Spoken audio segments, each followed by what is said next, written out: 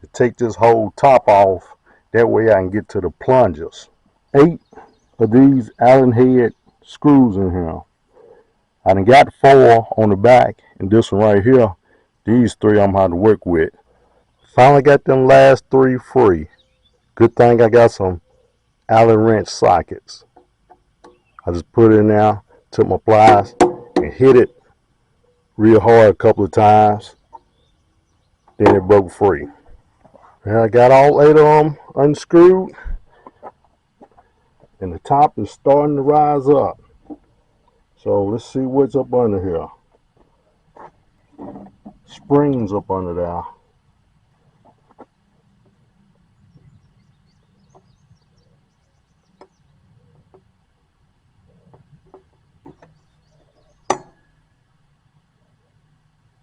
Alright, there you have it, folks.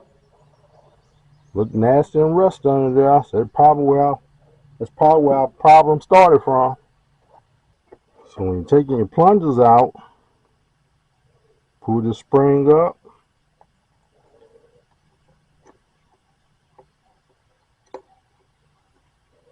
This plunger, it only goes in and out one way. Sometimes you may have to push on that rack a little bit.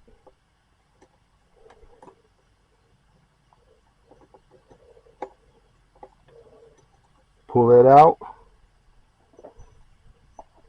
You also got this piece right here.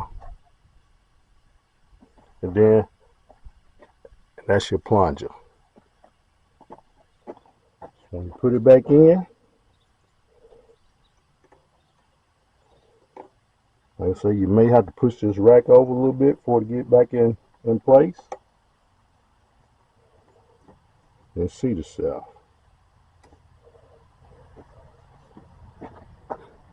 Take this piece.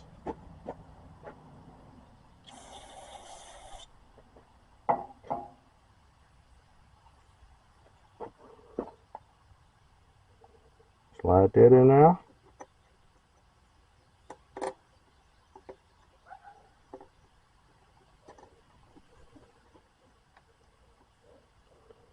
Then take your spring.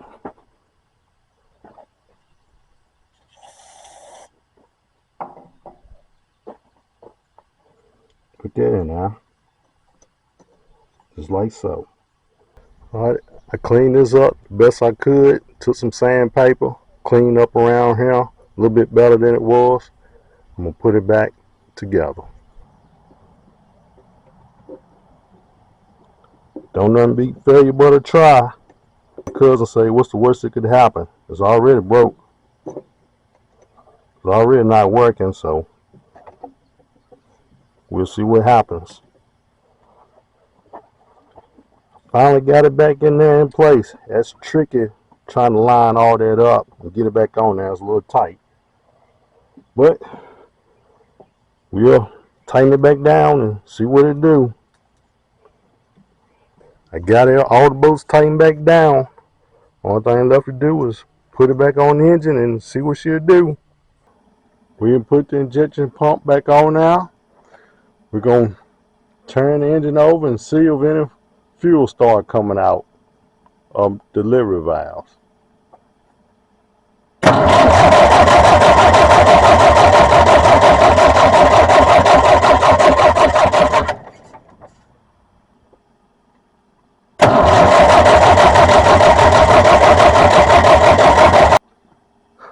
Screw the lines back up. Let's see what's going to happen.